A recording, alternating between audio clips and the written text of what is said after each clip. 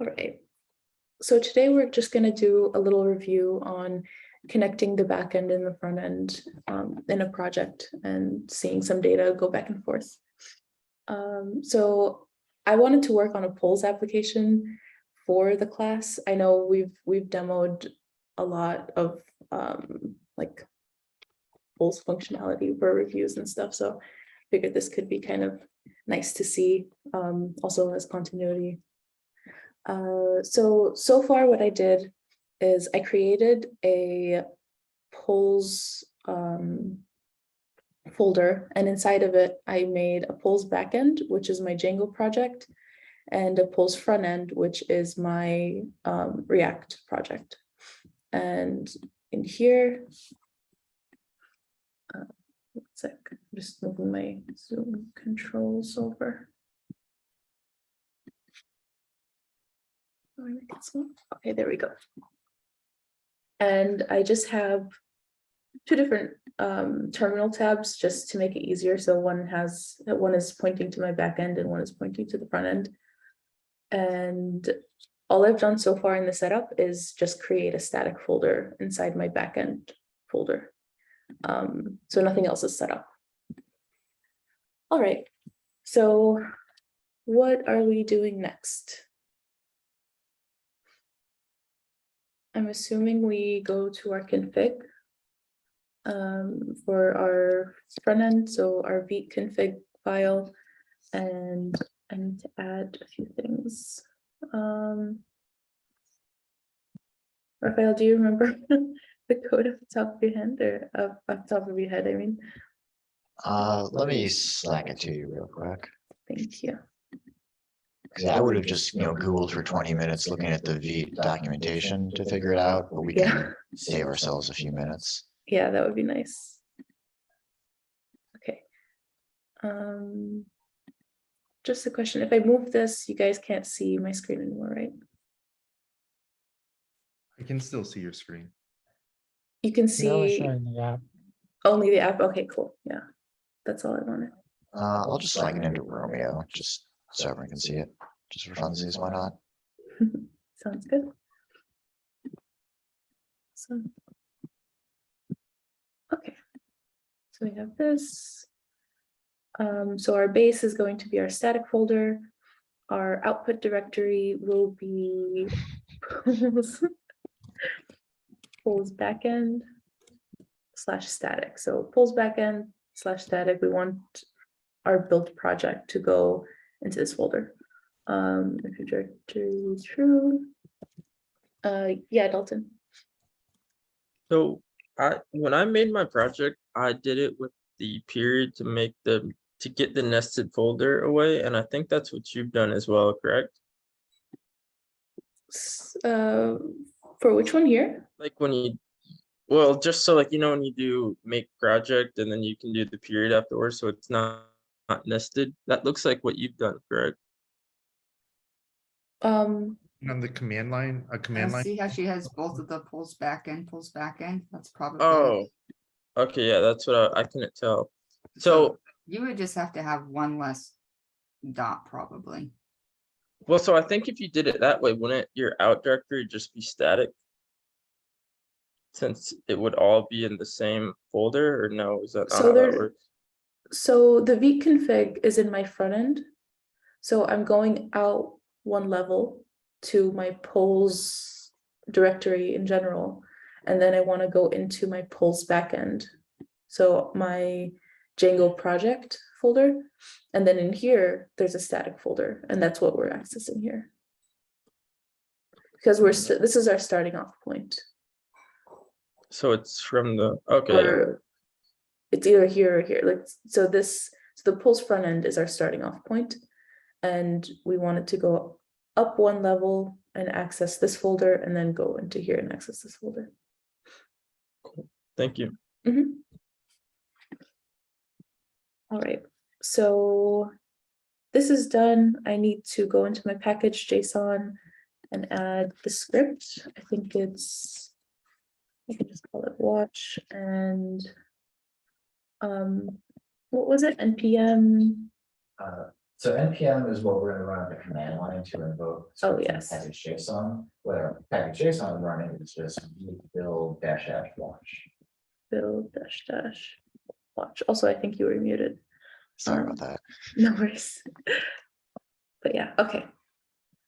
So we save that. I need to move these controls. Okay, so those are set up. On this end, on my back end, I need to do a few things. So I have settings that I need to set up. I need to install the app or add it to the installed apps. So I just called the app polls. I should have called it polls app, but yeah, I figured it's different enough. And what else am I doing here? I think I have to do allowed hosts. Or is that not? Why don't we come back to that? Yeah, At some point, if it becomes relevant, Django will throw an error and we can deal with it then. okay. We need to set up the, oh yeah, static file dirs for sure. Is it static files underscore? Dirs, yeah, Okay. plural. And then it was, oops, I don't know why it auto completes.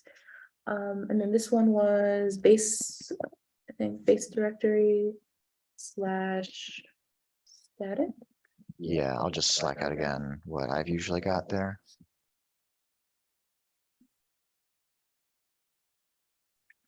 I think that's actually what's in the Django docs. Okay, awesome. Okay, so this is set up. I need to, so this is my project URLs. I need to create a app specific URLs. Mhm. This one is just gonna copy it over.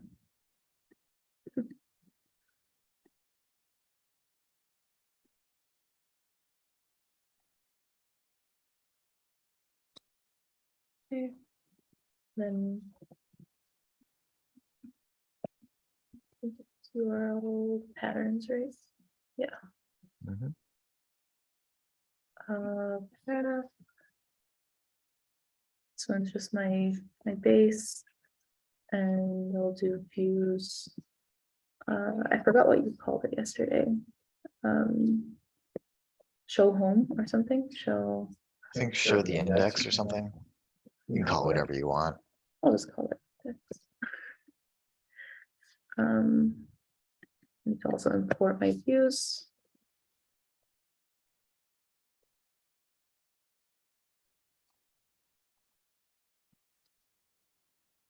Okay. I need to import this one in here, so I'm gonna add the include. And then add a path.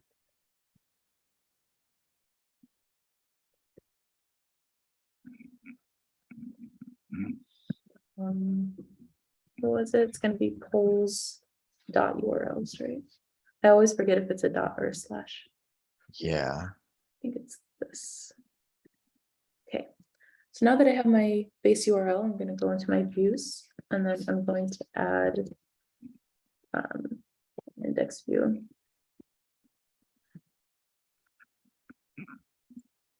And this one, I think the code was also in Slack from yesterday, right?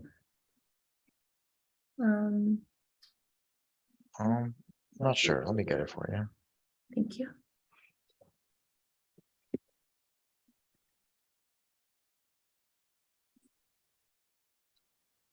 Yeah, this one's pretty simple.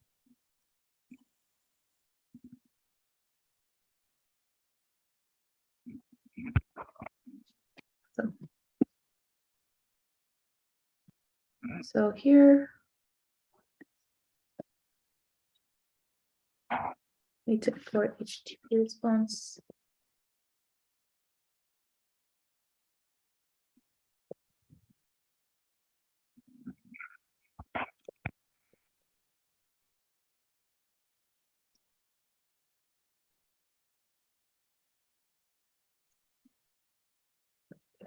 So don't really need this. I mean, that's good to see. Okay, so I'm trying to grab my static index and then read it and then turn that as my response. Yeah, Michael? In your function definition, you have to pass request into index. Oh, thank you so much. Good catch. Okay, I think everything's set up here. I'm gonna do npm what or run watch. This is for my front end. So this will build my project. And now I see the project show up in, or the folders show up in my static folder over here. So now if I run my backend, I probably need to be in my virtual environment. So and polls environment, I think.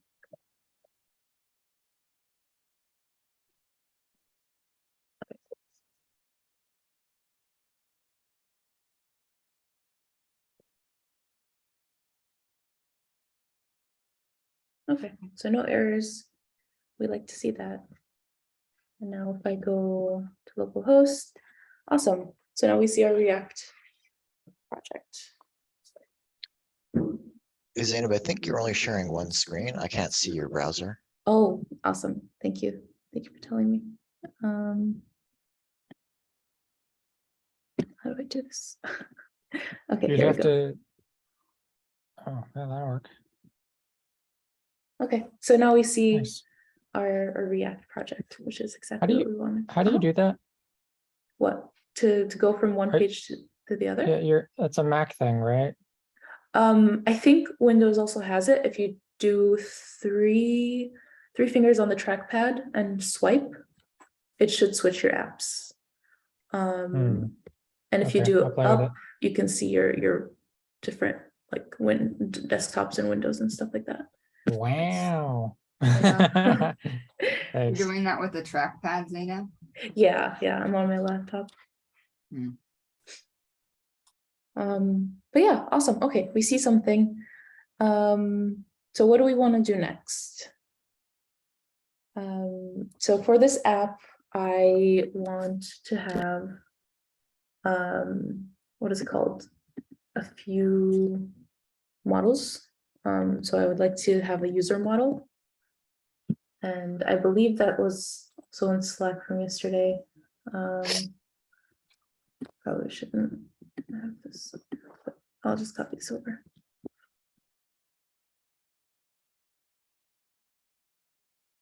Okay, so I'm gonna import this. That's not the right one. I think it's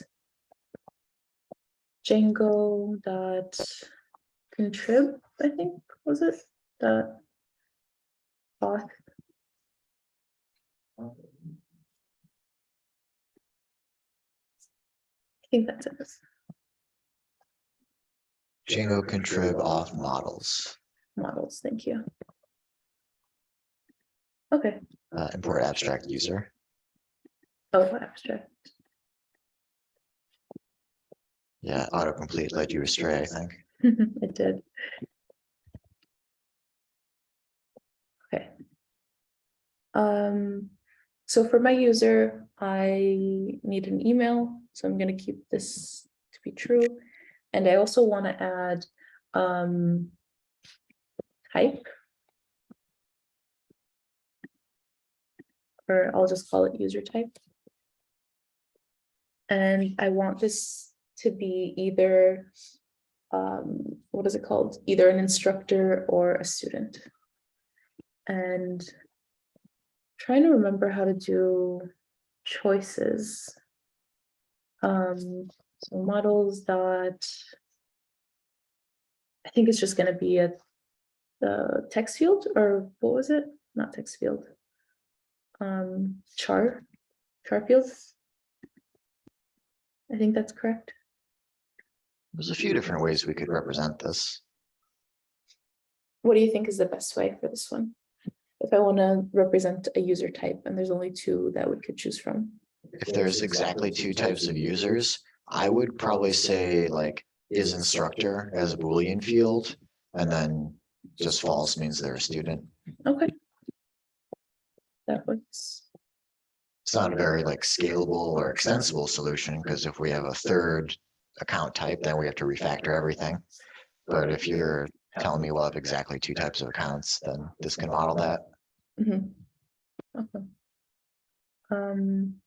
Do I need to add verbose name for this one? No, not really, right? It's not necessary, I don't think. I'll just say default is false. Okay, so this looks pretty good. And then our username field, we'll just use the email, and then, yeah. Okay. What do we think of this? Good. I'm gonna add class called poll. And this will extend the model. And what should I put in here?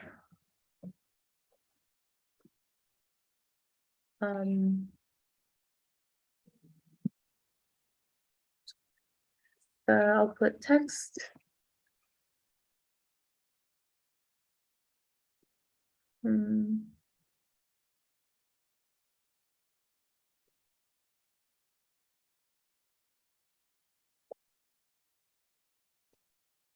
I'll actually make this a text field instead, because we might want to have something bigger than just the basic. This is like for the question text. Yeah. Should I call it question text? Yeah, that would be a little bit more clear, I think. Is this a better way to do it, or this one? For I suppose if we're writing Python, we should be using snake case. I forget that all the time and just like instinctively do camel case just from writing so much JavaScript. same. Okay, so we have a question text, and then we can have choices. And that means we need a choice class or option class. Do we have, okay, how are we doing on time? Have an hour, okay.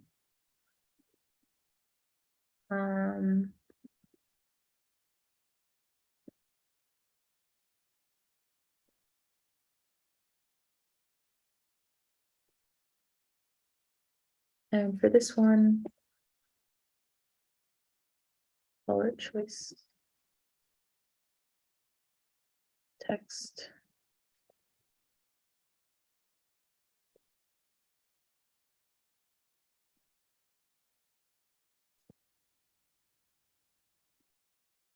And I want to do a foreign key.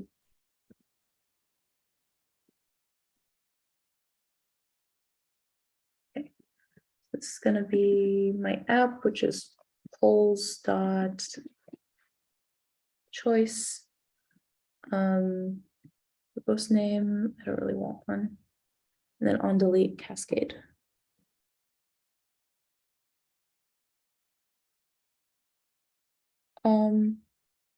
Actually, should foreign key be in the choices, so each choice has a poll? I think that's the better way of doing this. I think you're right. Yeah. So choice and then poll. Gonna move this down to after the poll definition so we don't get any errors. And then I can do foreign key. So models up foreign key, and then it's polls dot poll. I could also just reference it as like this, right? I believe so, yeah. Yeah, okay. It's like if you were defining these models all in different files, then you might prefer to just use a string You're instead muted. of importing them. oh my gosh, if you were defining these models in different files, you might prefer to use a string instead of the actual reference, because then you don't have to import the other models into one file. Mhm. But given that they're all defined in one file, I think it's pretty clear just using the actual class. Okay, that makes sense. Okay, so we have a user and a user wants to vote on a poll. How would we do that? So maybe we could call it votes. What do you think, Raphael? What's the best way to construct this?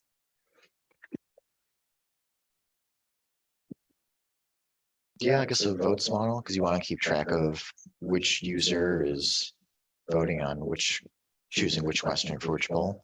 I guess we need another model for that. Votes seems like a good name. So is this gonna be, so user foreign key, right? And then Right? app user, and it should be fine. And this. Actually, I'll put a proposed name of just user.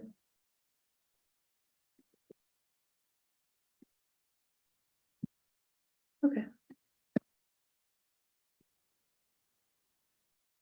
Oh, max length.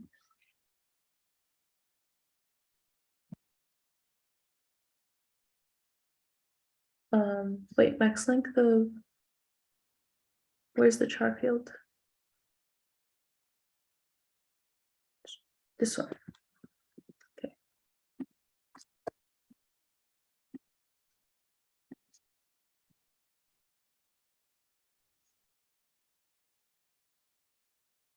I guess I'll just do max of 255. Oh. It's not a string. Okay.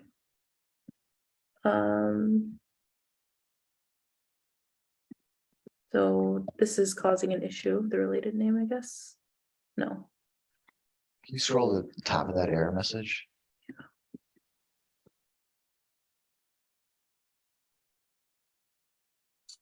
So it's complaining about the auth user groups, which we're not even using. So maybe this would be a good time to set up the auth user in our settings.py. Okay, sounds good. And where do we find this? So it's not set currently. We'll just have to add it. Okay. So Just- maybe up here.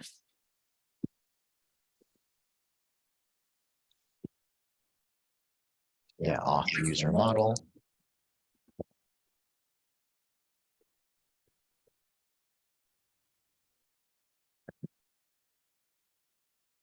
Equals, And then it's just app.model. so polls? Yeah. Yeah, okay. Or polls.app user, right? Yeah. And then I think the whole thing's got to be a string. And that's it. That's it. Okay, awesome. Could you scroll down to vote real quick? Uh-huh. Okay. Dependency on the app with no migration. I think it So is that's time just- to make migrations and then migrate. Okay, let me just add for the vote, I need to add a poll. So poll is.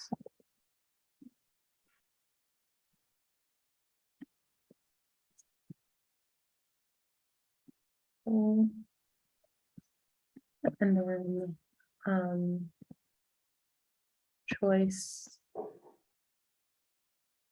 I guess it's just gonna be.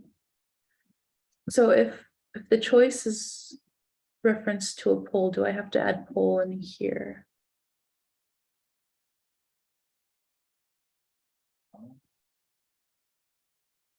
I guess it would be easier to access, to have like the choice, I would say no. so not add poll, right? Yeah, it makes the join a little bit more complicated, but you Okay. avoid duplicating data. Okay, sounds good. And so this one is type choice. Okay, sounds good. I'm gonna delete this, not delete, sorry, stop my server. Why is the controls? Hold on. Okay, something's happening with my, okay, there we go. So I'm gonna do migration, my migrations, make migrations. Awesome, and then.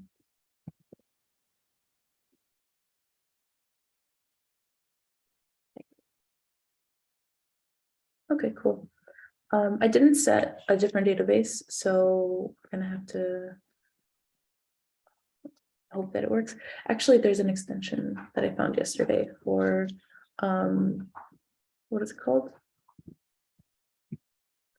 Sql Lite.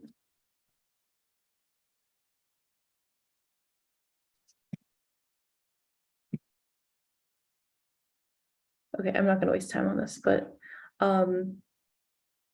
yeah, I found one that shows you, like, you can click on it and then it shows you the database tables on here. So it's pretty cool. Okay, so gonna run my server, not getting not getting any errors, so that's good. Okay. So our models are done. Let's add some functionality. So how should we do this? How? Trying to think. Does anyone have suggestions?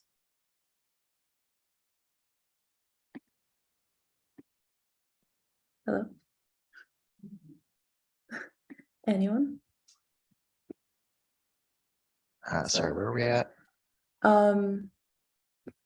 So we have finished our models and I ran the migrations and everything's good. So trying to figure out what to do next.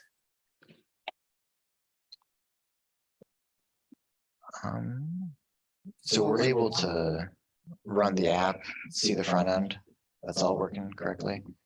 Yeah, there we go. It's still up here. So I'd say probably next is being able to register a user and log in as them.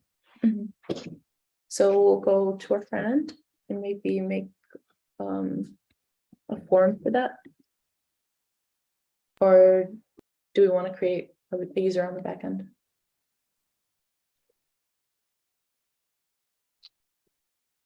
Why don't we make a registration form? Let's do it. Simple one, but I think that'd be nice to see. Yeah. Okay, so I deleted my main stuff here.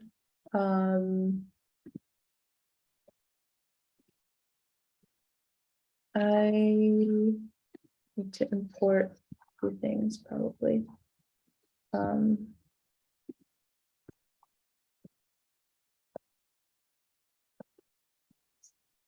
Okay, so I'm gonna need to do npm install. I think it's React router DOM.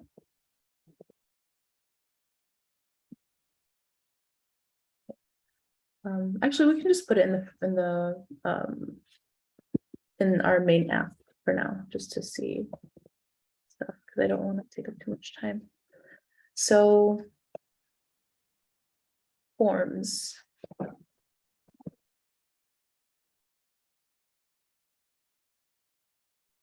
Okay, so with forms, we can put a label on something, and then we have also input that allows us to get input from the user. So I'm gonna copy this over that. This will help us. So inside of a form,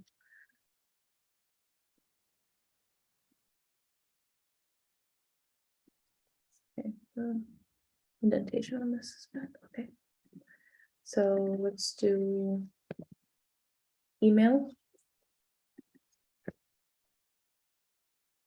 And I'm actually going to create a state to hold this information. So I already have use state imported, so I'm going to do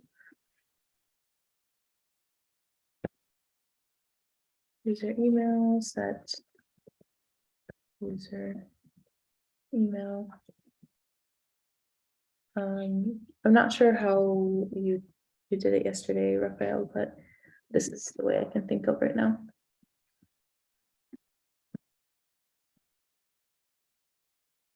So what else do we need? So we need the email and a password. I don't know if we should put it in a state though. I think there's a couple ways to do this. The first time I would have done this, I would have probably put everything in state and then just passed the state into Axios, but it's possibly not necessary. Mhm. Like as long as it's all in a form with an ID, then you just have an event handler on the form, and when they submit it, you just grab all the inputs inside of it. Like you don't necessarily need to store state for everything. Yeah, that's true.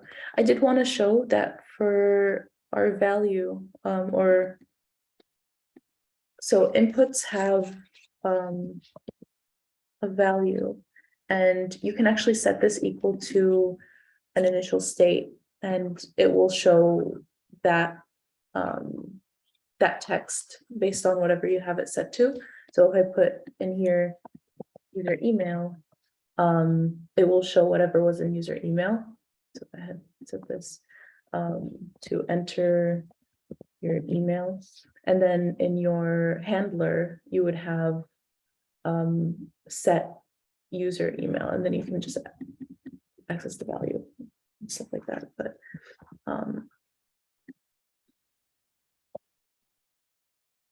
so let's try that.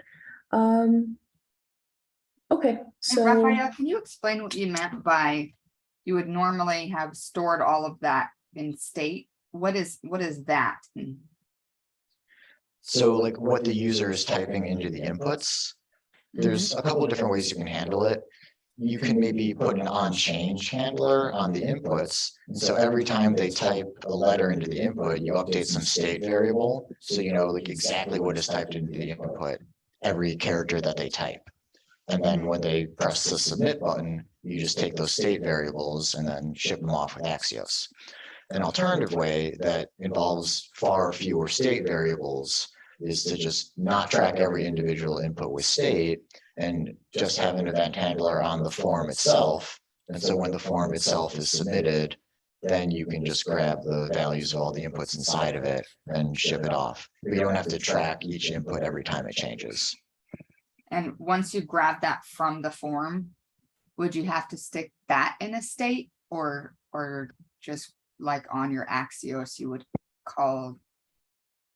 grab the result from the function or something? Right. So you don't have to put the form into state before you send it, but the response from Axios is possibly going to be something you want to put in state, like maybe the authenticated user, something like that. Gotcha. So is there a limit to how many states we can have, or you can have a state for like every individual item? The limit is how much complexity you can eventually manage. Okay. But that being said, as you have like more and more state, there are different strategies that people use to manage it, to keep track of it. I think it's like a well-known secret. I don't know what the word is for that. But that like state management in React is terrible, basically. Just using like use state like this is like the basic, most straightforward way that they teach you to set state in React. But as your application gets bigger and bigger, it becomes harder and harder to just use state to manage your state. And so, you know, there are concepts like lifting state up, which you might have heard, or like if there's a parent component that uses state that two of its children also use, like the state has to be in the highest parent, that there's a parent to all the children who need the state. There are also tools like Redux or MobX you might have heard. So those are like extra libraries that are specifically for the purpose of managing state. it gets to be a complex topic, I guess. We're just kind of scratching the surface of it. Sorry, maybe that was more of an answer than you're asking for. Does that help? Yeah, it is helpful. It's very helpful. When we first started, the most confusing thing was use state because I thought that was like one state for the entire project. So you can do that if you want. It's a little bit trickier to write your code, but like I've made little React apps like that where I have like set app state is the only state I use with use state. And I'll just like pass an object in there, just a big old object that has a bunch of objects inside of it, tracking everything I need to for my state. And then whenever anything changes, I just update that whole object in use state. And that's one way of managing things. I kind of like it. Just having everything together in one place, having all these individual state variables seems a little messy to me, but I don't think it's uncommon.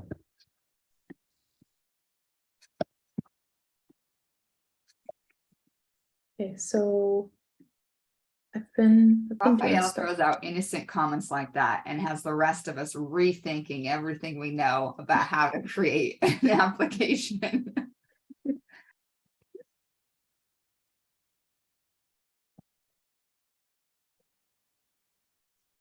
Okay, so I made 3 different fields. We have one for the name, one for the email, and one for the password, and it's encompassed in this label thing, this label component thing, and it has an input, so it allows us to input. And I'm not sure if these types are correct, but I'm hoping that they are. The file, okay, so file. Oops, I don't know what I did, but yeah. Actually, this might have some information. So yeah, there's text, number. Okay, I'm just gonna do that for now. Okay. Let's see what happens when I do this, because I have no idea what it's going to look like. Okay, so we have 3 fields: name, email, and password. Wonder if so because I put the type to be equal to password, you see that it's hidden. If I do this, you can actually see something here. And it's type email, so it's actually like taking whatever email I have saved on the browser. Okay, so let's see. I created also a handle submit event handler. So all it's gonna do is it's gonna submit my what is it called, or it's gonna do a console log of event.target, because I'm not sure what the event nesting looks like. So yeah, and I added it down here. So on the submit button, I did an on submit handle submit, and we'll see if this actually works. So this one I didn't really change anything. For the dot target, is the target defined somewhere, or is that like a function built into? It's built into event. So event has a few different pieces to it, and target is one of them, and that's usually what holds your form information.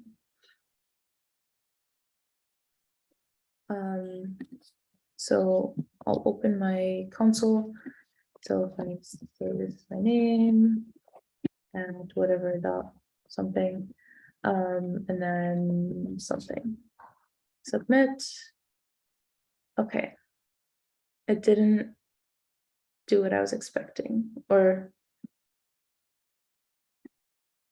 maybe I should have this above this, prevent default.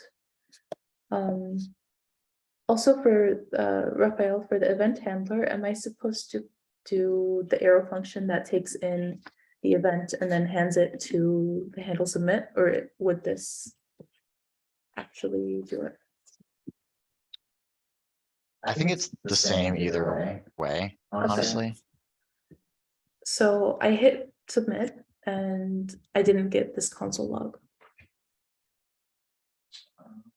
You might have to have the parentheses after the function name. That's just a guess. That's what I would try. Here. So this would actually call it once it's being set up. So I don't think that would work, but we can try it. Oh, Have it so on submit? submit is an event on forms, not on inputs. Oh, okay. Thank you. So I'm gonna put it up That here. was what I was gonna say next, though, so. Thank you. Okay, so. Oops. I didn't even know how that happened. Okay.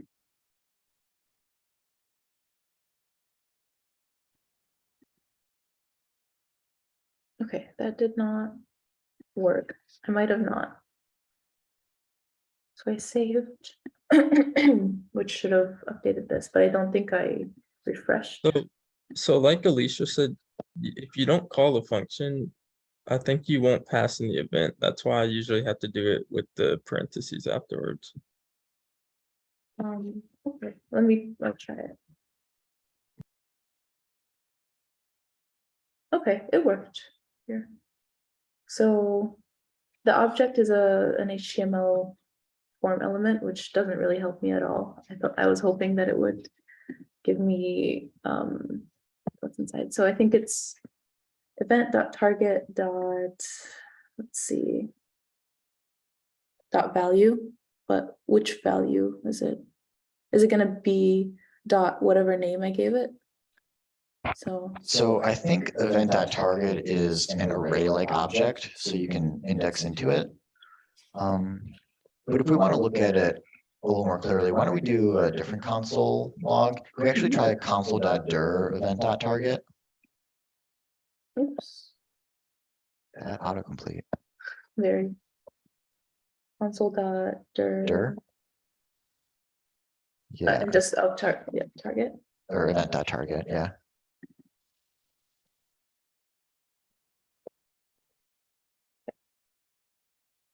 Saved.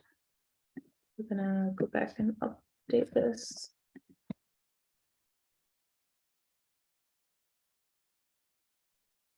And submit. Okay, so we have our form, we have our inputs. So with these, would I access it with the square brackets, or is it going to be .0? You would use the square brackets. Square brackets, okay. So at some level, those are honestly the same thing, because like arrays are objects in JavaScript, and like array indexes are actually just string keys. It's just as a matter of syntax, you can't write .0. Okay, So you have to use brackets. okay. So is this back to the whole, when you do type of an array, it will still say object in JavaScript? Is that why? Yeah, we're that's seeing related. object there? Okay. So I Isn't think there, and then it's like is array function or something, and that's what will tell you Right. something. Yeah, about it's is awkwardly array. difficult to figure out if something is an array and not just an object. I'm glad we covered that before we went into everything, because I'm like, it's not an object, I swear. So, okay, the value is actually in here. I was like, it's not showing up. Okay. So if I just say 0, this should print out my, what is it called? My email, and then oops, target at 1. Okay, I'm just gonna submit this again. Hopefully it will work. I should probably clear this first. Okay, no, it's still on the old one.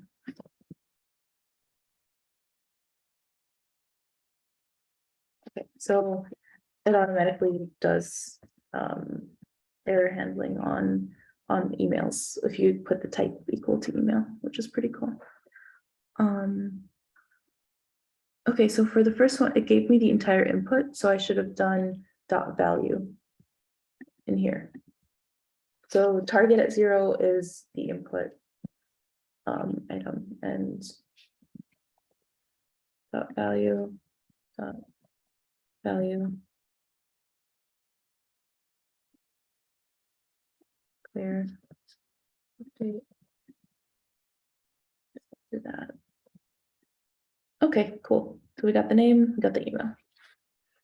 Any questions about this? Also, I have, I can't see the chat at all. So if you have a question, try to raise your hand. Okay, so we got our information that we're pulling in.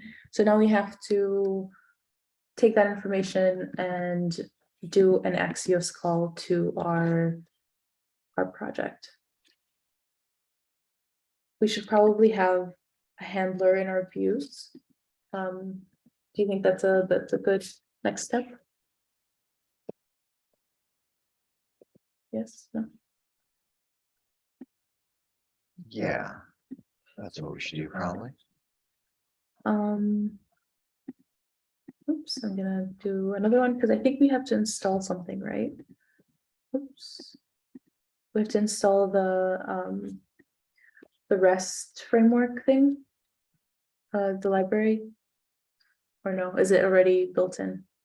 Yeah, we have to install it. Okay.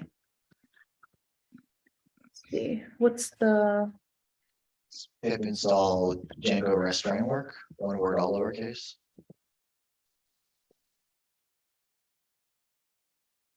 Django REST framework?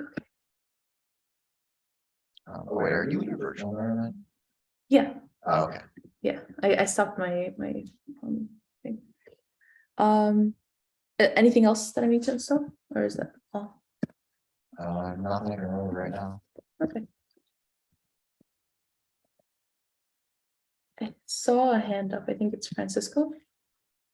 Yes, so is this, sorry for the background noise, is this, this is all happening in the Django, but we still need to do the whole, Axios part, to be able to talk to the Django still, correct? Or will this view be able to handle, that submit form on its own?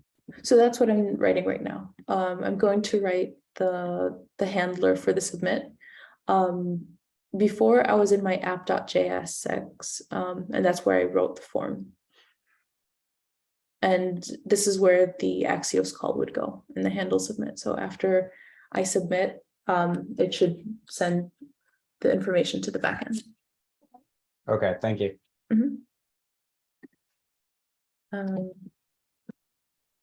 So this is going to be my sign up. Okay. Request. I don't know the import for the decorator. So REST underscore framework dot decorators. REST underscore framework. Yeah, dot decorators. And then import API underscore view. View. Okay. Does that look correct? Looks good. Okay. And is this just going to be API view, and then in parentheses I set what request it is? You have to pass a list in, Oh, list. Okay. a list of method types. List and then post. Okay. And then here, so my data is going to be in my request.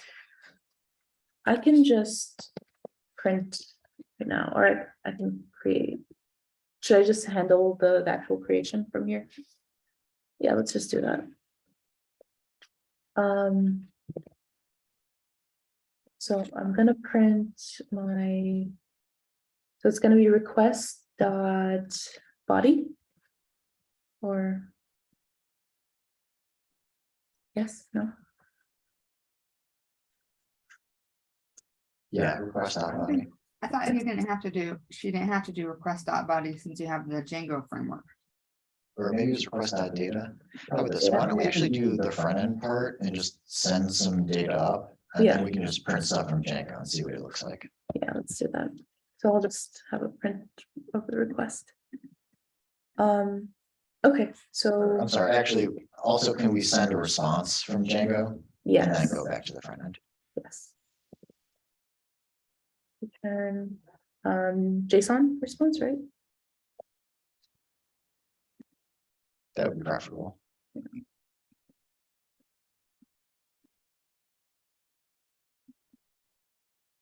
JSON response of.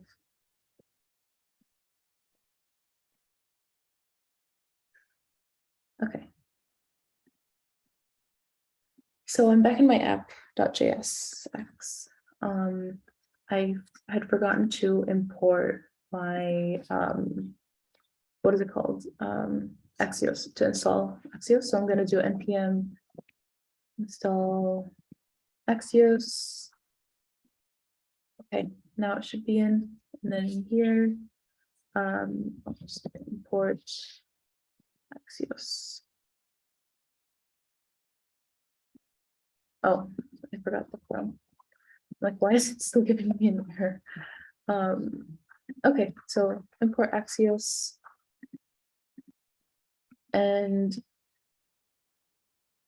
how do we make our call? We're gonna axios.post, The post. give it a URL. And what is our URL going to be for this one? If it's internal, I guess we don't have one yet. Yeah, so I'm gonna add one in here. Just sign up. That works. Sounds good to me. Use that to sign up. So what's our URL gonna look like? Is it to localhost or is it gonna be just We can the? just use a relative URL, just /sign up. Okay. Slash.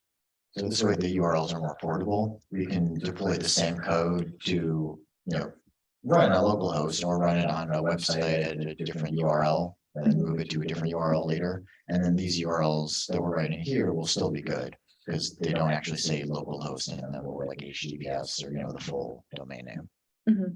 Okay, awesome. So do I say data equals here, right? Data. It's just the second parameters in object. Okay. Then in here, I can put, yeah.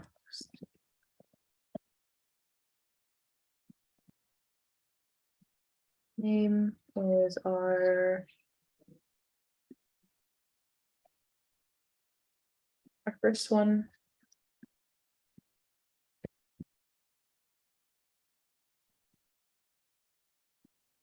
Email is our, oops, second. And password is going to be our third. Okay. And then I'll do .then.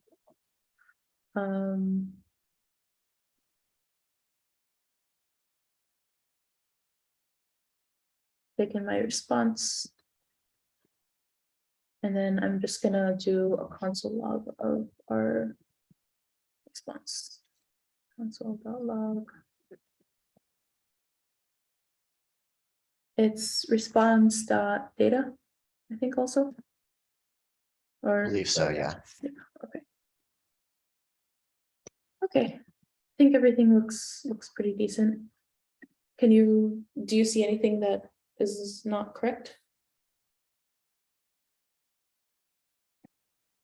No. Maybe use username instead of name, because I think that's what the field is actually called in the database, but it doesn't matter much. Okay. There we go. So this should have been refreshed. Okay. And is this running? This is also running. Wow, 261 milliseconds, what a fast build. Very. Okay. Let's see what happens.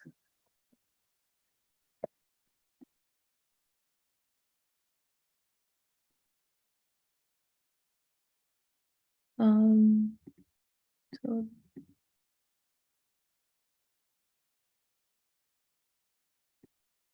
let's see what happened on our. Where's my other one? Oh, it is here. Okay. Called. Okay, so I have to end it with a slash from my app.js. Is that what it's saying here? I called the URL via post, but I didn't put. So I think in your urls.py. Oh, no, I have. Yeah, I have one in here. I can try this and see. I think it's saying in the form itself, the URL Axios is posting to needs to end with a slash. So here, right? You're right. Yeah.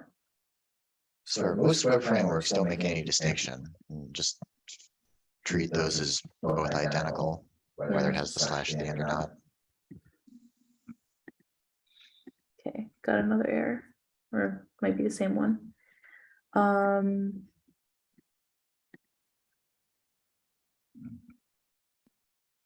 So what does that mean? Non-dictionary deserialized. Send another So where are Django we thing. sending? Oh, so for JSON response, you go to JSON the response, Casanova yeah. dictionary. Ah, yes. I forgotten about that. Oops. And then I'll just say data. I don't know. Sure. That works.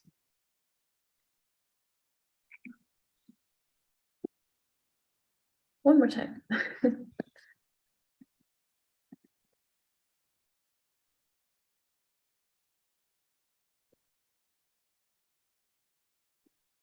Yay. Okay, awesome. So we got the response over here. And then if I go back to my code, it just says, like, this is what it prints out. So that didn't really help us. So I'm pretty sure it's Durs. Durs, let's do that.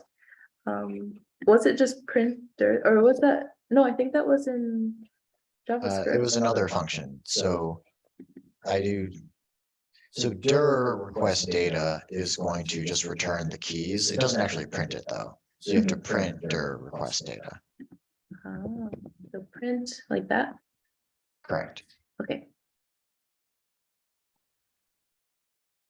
I'm hoping request.data actually exists. I think it should.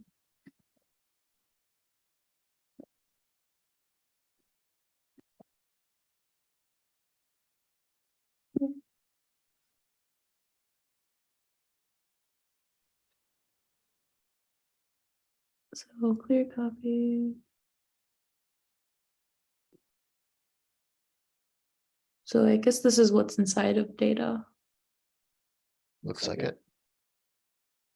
Is it items? No.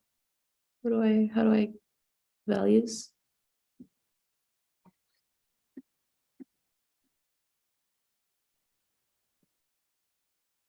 If I don't have dir now, should it print out a Should more show you the coherent? values. Yeah. Something more understandable.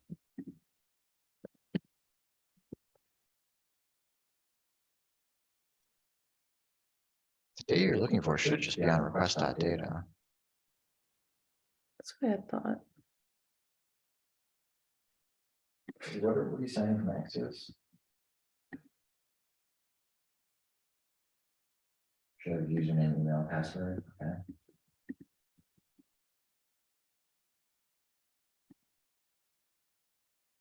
And I don't need to set this to anything, right? So not like data equal. Okay. Should be good, just Yeah. like how it is.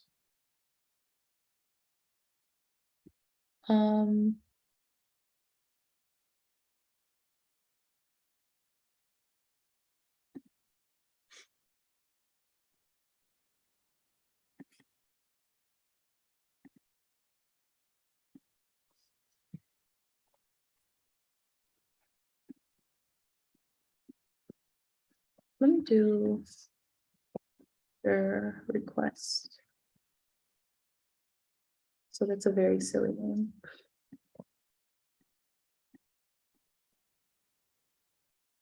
Okay. So it's uppercase data. Does that make any difference? There's also lowercase data down at the bottom. I don't honestly know what the difference is. But I think you might have just not saved the file before, so you were looking at the old request before you used the API view. So I think now we're looking at what we want. Okay, so if I do just request dot data, it should give me something related to what I have, right? That's what I'm expecting.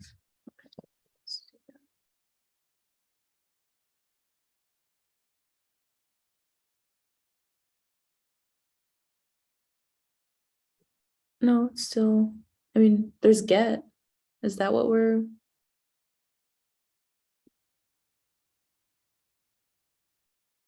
Unless the API view thing didn't work. You know what? I think we're just getting tripped up on the difference between objects and dictionaries in Python. Why don't you just try to blindly access request.data.email and see what we see? Yeah. Or I'm sorry, request.data brackets email. Okay, Okay, request is an and- object, data is a dictionary.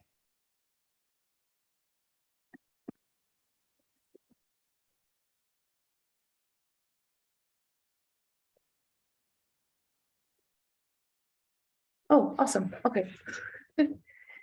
That gives us the email down here that we sent. Perfect. So now that we have that, I'll just do username.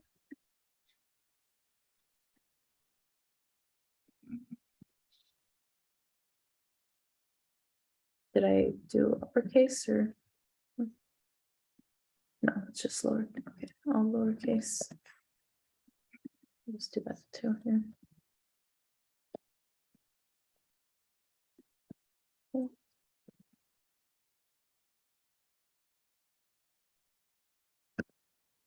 Email and then password.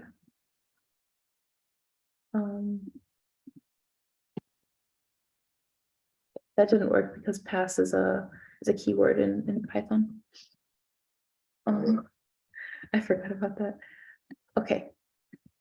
So I'm gonna do from dot models import app user. And so here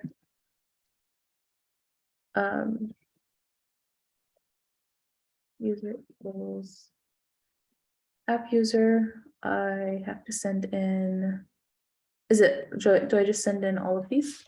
So username, email, and password. Can I do this? Is this like an acceptable thing where it takes the name of whatever we're trying to send it to, and or do I have to say username equals username?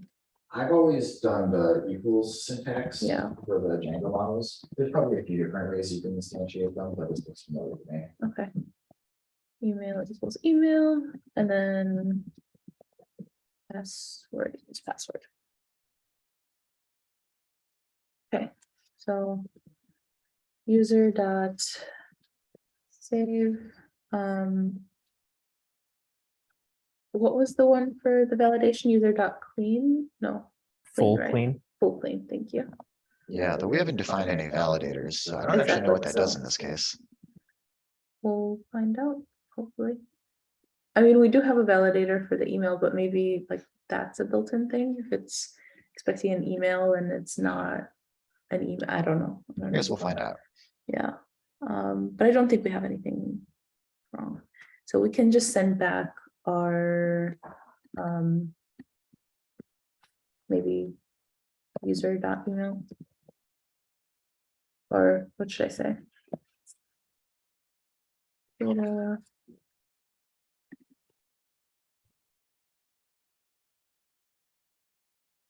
I don't know. Let's put okay. Email.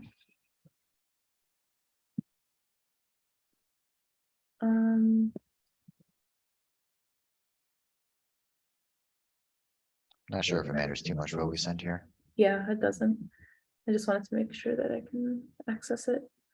And then here, this will.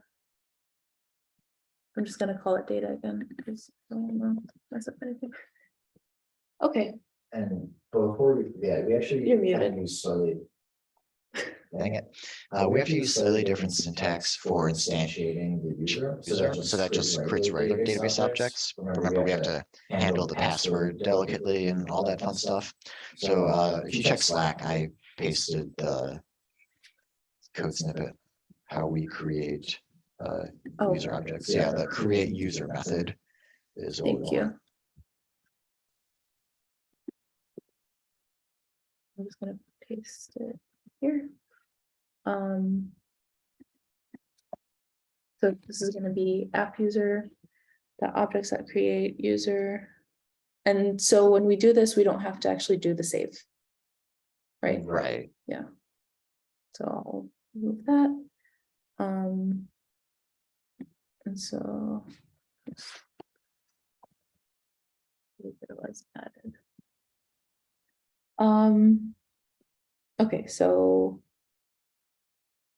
Username here is gonna be, I guess we can just use our username. We don't need a name or anything, right? Yes, I think that's all we need. Okay. Username, password, email. Okay, cool. What am I doing? Alicia, do you have a question? I do, yeah. Since this is gonna be something that we're all going to use as a class, what do you kind of recommend, considering our sign up page and our login page are pretty much going to be the same exact form, but the behavior after you've done that will be a little bit different.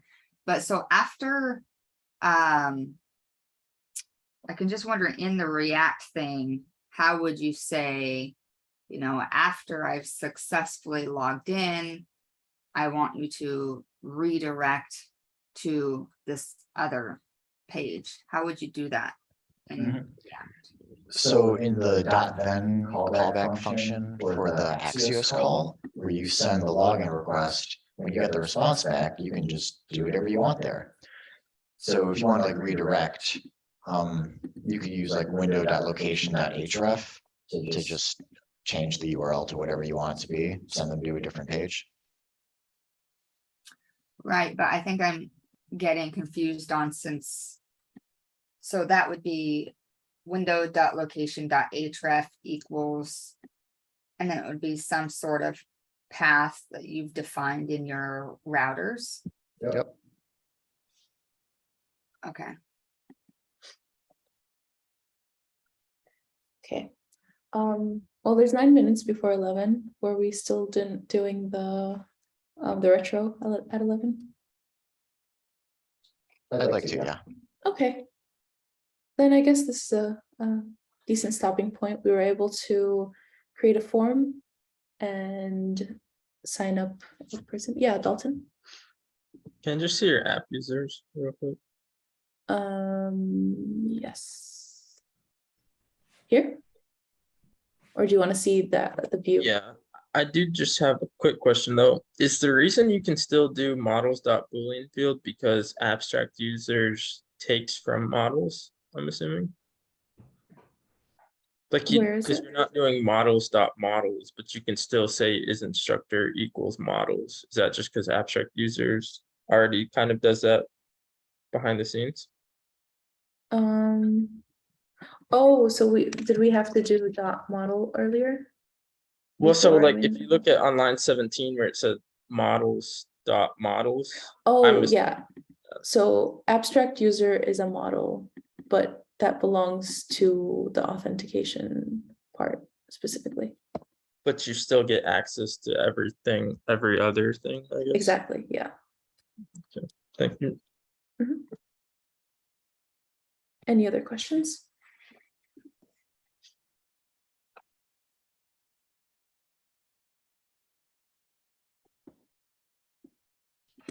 So I don't know. I was trying to see if Can I that actually extension share works. my screen real quick and show a tip that has helped me a lot and I think would help as everybody starts this. Sure. Thanks. Okay. So it's very simple, but it has already saved me a lot of headache. Can you guys see this screen? Mhm. Yeah. Okay, so since we have the watch and then we also have the Django side and then we also have the React side, one thing that I would recommend is you have your 3 different terminals down here. And you can actually right click and rename them. So I found myself always asking like, wait, which one of these was my watch and which one of these was my, so then I know that that's what this whole terminal is doing and I never have to mess with it. And then I know if I'm wanting to do any sort of React commands, I put those here and then Django commands like would go here. And then I also have, if I need it, where did it go? Oh, what was that? Oops, I just started a new one. Kill terminal. I don't know where it went, but somewhere up here, I also have one for my Postgres SQL. So if I have to do anything in my database, I also have a separate one for that, which I guess I could keep down here. So there you have it. That's awesome. I never thought to do that in VS Code, but I definitely like doing that with my just command line terminal. I'll, name all my tabs for what kind of stuff I do in them, helps keep me organized. Yeah, I think that's a great tip. Oh, I found the extension. If you guys are interested in seeing that. I guess this would be beneficial with SQL Lite because I myself don't know how to access it. But the extension is Sql Lite Viewer down here.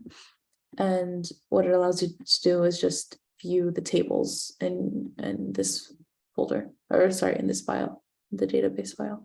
So app users, and we can confirm that my user was created, the one that we sent in. Which is awesome.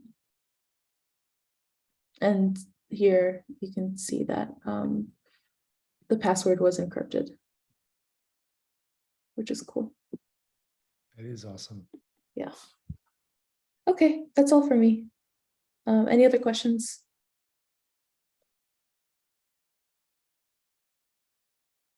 Okay, I'm gonna stop the recording.